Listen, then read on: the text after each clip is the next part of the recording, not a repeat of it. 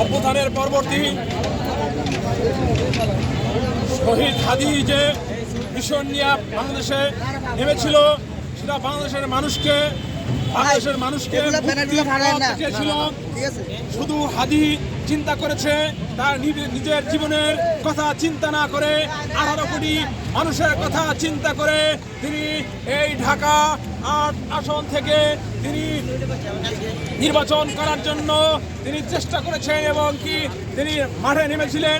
তিনি এটা বিশ্বাস করেছিলেন যে আল্লাহর পক্ষে, মানুষের কল্যাণের পক্ষে যদি আমি আন্দোলন সংগ্রাম করি তাহলে আমার জীবন হয়তোবা আল্লাহ পছন্দ করবে। যার কারণে হাদি আল্লাহর পথে শহীদ হয়েছে, আর আল্লাহ অত্যন্ত তাকে ভালোবেসেছে। তার মৃত্যুর মধ্য দিয়ে আমরা স্বপ্ন দেখছি বাংলাদেশ থেকে ফ্যাসিবাদ দূর হবে, বাংলাদেশ থেকে স্বৈরাচার দূর হবে, বাংলাদেশ থেকে চাঁদাবাজ দূর হবে, বাংলাদেশে কোনো অপশক্তি থাকবে না, বাংলাদেশে ভারতের আধিপত্য থাকবে না, বাংলাদেশ কারো চক্ষু অঙ্গকে ভয় পাবে না। সেই হাদি আমাদের সেই সাহস যুগে দিয়েছে। আপনারা দেখতে পাচ্ছেন আজকে বিগত 10 দিনের বেশি হয়ে গেছে, এখন পর্যন্ত সারা বাংলাদেশে মানুষ হাদির জন্য করন্দন অবস্থা রয়েছে। ভাইয়ের আমার, হাদির কবর প্রত্যেক দিন হাজার হাজার মানুষ কবর জিয়ারত করেছে। ভাইয়ের আমার, পৃথিবীতে যদি 20টা জানাজা হয়ে থাকে তার মধ্যে হাদির একটা জানাজা হয়েছে। এই হাদিস শিখে গিয়েছে অন্যায়কে কিভাবে অন্যায়ের সাথে কিভাবে আপোষ না করে অন্যায়কে দূর করার জন্য সেই শক্তি আমাদেরকে রেখে গিয়েছে। হাদি একাধার জীবন দিয়ে গেলেও হাদির সততা 18 কোটি মানুষের মধ্যে ইনশাআল্লাহ বাস্তবায়ন হবে। মানুষ স্বপ্ন দেখছে এই দেশে আর কোনো ফ্যাসিবাদ জন্ম নিতে দিবে না। ঢাকাবাসী যেহেতু 24 ঘন্টা অনর্গল ভাবে এই হাদি হত্যার বিচার চাচ্ছে, দেশবাসী হাদি হত্যার বিচার চাচ্ছে। বিশ্বের বিভিন্ন জায়গায় আমরা দেখেছি, পৃথিবীর বিভিন্ন রাষ্ট্রেও এই হাদি হত্যার বিচার কিন্তু তারা চাচ্ছে। অতএব হাদি হত্যার বিচার করতেই হবে। যে পর্যন্ত এই হাদি হত্যার বিচার না হবে ততদিন পর্যন্ত কিসের নির্বাচনের স্বপ্ন দেখেন আপনারা? আগে হাদি হত্যার বিচার করতে হবে, তাদের অ্যারেস্ট করতে হবে, তাদেরকে ফাঁসির কাস্টে ঝুলাতে হবে, তারপরে আমরা নির্বাচনের স্বপ্ন দেখি। এর আগে আমরা নির্বাচনের স্বপ্ন দেখি না। আমরা 12 তারিখের নির্বাচনকে আমরা সমর্থন করি, কিন্তু 12 তারিখের আগে যদি আপনি নির্বাচন করতে চান, উপদেষ্টা মণ্ডলীর যারা আছেন তার আগে হাদির হত্যার বিচার করে এরপরে নির্বাচন করবেন। আপনি মূলা ঝুলিয়ে রাখবেন, আপনারা দেশবাসীকে আর মূলা ঝুলানো এই দেশবাসী আর সেটা খাবে না। আমরা দেখেছি স্বৈরাচার হাসিনা মাফিয়া তন্ত্রমন্ত্র উনি দেখেছি যখন বাংলাদেশের বিভিন্ন জায়গায় হত্যা হয়েছে তাদের ফ্যামিলিকে নিয়ে তারা কি করেছে, মাথায় হাত বুলিয়ে দিয়েছে, মনে করেছে এই পর্যন্ত সেই বিচার শেষ। আমরা সেই দেখতে পাচ্ছি ডক্টর ইউনূস সেই একই ব্যবহার করতেছে। কারণ যারা হত্যা হয়, যারা গুম হচ্ছে, তাদেরকে ধরে তাদের ফ্যামিলির সাথে একটু সহানুভূতি দেখিয়ে মাথায় হাত বুলিয়ে আশ্বাস দিচ্ছে, কিন্তু বিচারের আমরা কোনো কিছুই আমরা স্পষ্ট পাচ্ছি না।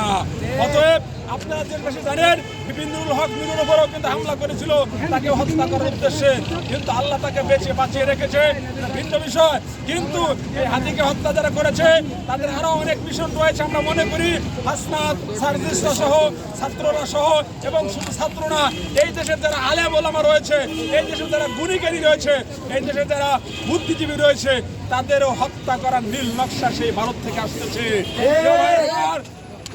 শহীদ জিয়াকে হত্যা করেছে যে হত্যা করুক, আমরা মনে করি সেটা ভারতের ইন্ধন ছিল।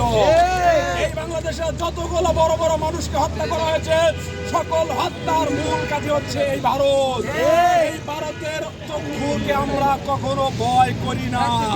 যদিও 50-এর ঊর্ধ্বে বছর হয়েছে বাংলাদেশের, অতএব বাংলাদেশটাকে একটা মুষ্টিবদ্ধ রাখতে চেয়েছিল, কিন্তু মৌলানা আব্দুল হামিদ খান পাশানি বলেছে, আসাম আমার, ত্রিপুরা আমার, মিজোরাম আমার, পশ্চিমবঙ্গ আমার, কলকাতা আমার, এগুলো ভারতের মানচিত্র থেকে বাংলাদেশের মানচিত্রে পূর্ণতা না পাওয়া পর্যন্ত বাংলাদেশের কোনো স্বাধীনতা আসবে না। The guardian of news America একটা পত্রিকা নিউজ করেছিল 1971 সালে।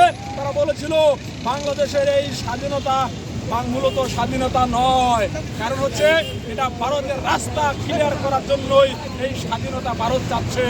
অতএব হোসেন শহীদ সোহরাওয়ার্দী, শেরে বাংলা ফজলুল হক, মৌলানা আব্দুল হামিদ খান ভাসানী, শামসুল হকেরা সহ তারাও কিন্তু চেয়েছিল পাকিস্তানের সাথে যেই যুদ্ধ হয়েছিল, তারা রক্তক্ষয়ী যুদ্ধ না চেয়ে তারা চেয়েছিল মুজিবকে পূর্ব পাকিস্তান এবং পশ্চিম পাকিস্তান মিলে তারে প্রধানমন্ত্রী বানানোর স্বপ্ন দেখেছিল।